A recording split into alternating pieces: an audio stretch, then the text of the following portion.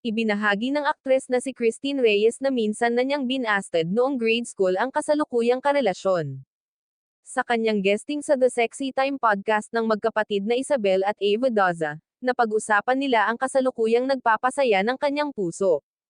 You know what? Siya ang unang-unang lalaking nanligaw sa akin. Grade school kami nun. Bago pa umano niya makilala ang mystery guy ay sanay siyang puro babae ang kasama dahil nag-aral siya sa all-girls school noong elementary at wala siyang konsepto ng paghanga sa opposite sex. Kwento pa ni Christine, na-try na niyang manligaw noon sa isang babaeng nasa high school kahit na grade 6 pa lang siya. May mga crushes pa ako na girls.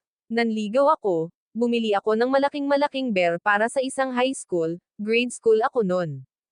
Ngunit nang minsan siyang may aya na dumalo sa Ateneo School Fair ay nahila siya sa marriage booth at doon nakamit ng mga lalaki. Ikinasal daw si Christine sa batchmate ni Mystery Guy, habang si Mystery Guy ang umaktong pari sa marriage booth. So doon kami nagkakilala, and then after nun, shy na ako. Alis ako agad. Little did I know, hinanap niya ako sa buong campus. Tapos hiningi daw niya yung number ko. Hindi ko na maalala. Siya lang nagpa-remember sa akin. Pero sad dahil binasted niya ang mystery guy at ang lalaki from Lasal ang kanyang sinagot. Ayon kay Christine, iba si mystery guy sa mga lalaking karaniwang nagugustuhan niya noon. May mga mababait daw siyang manliligaw pero madalas ay napo-fall siya sa bad boys. Akala raw niya ay iyon ang normal dahil nakagisnan niya ang mga kapatid na bad boy ang dating, yung tipong kumakarera at malakas ang tunog ng kotse kapag sumusundo ng girlfriend. Nito na lang daw niya napagtantong mayroon din siyang nakagisnang father figure na may taglay na mga katangiang kahanga-hanga sa isang lalaki. Kwento pa ni Christine, I told you it's the first death anniversary of my foster dad today. I have that background na lumaki ako sa isang lalaki na sobrang mapagmahal. So, parang feeling ko, now that I'm mature enough na, parang sabi ko, sandali, I remember when I was young, gusto ko ng someone like my dad. Amin ni Christine, ipinagdasal niya raw ito. Yun nga, nagpas-away siya last year.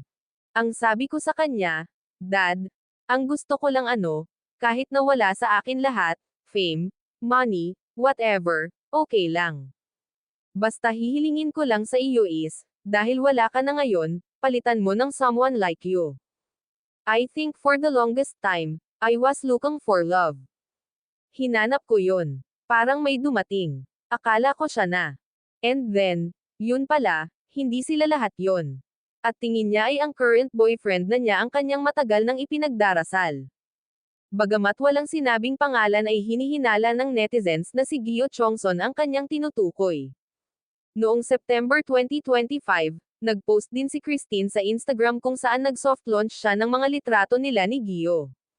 Tinawag niyang Mr. G, si Gio at inilarawan ito bilang my quiet anchor and constant calm. July 2025 nang unang maisapubliko ang kanilang espesyal na ugnayan matapos mag-post si Gio ng mga litrato nila ni Christine. Kuha ang mga litrato sa kanilang bakasyon sa Vietnam kasama ng ilang mga kaibigan.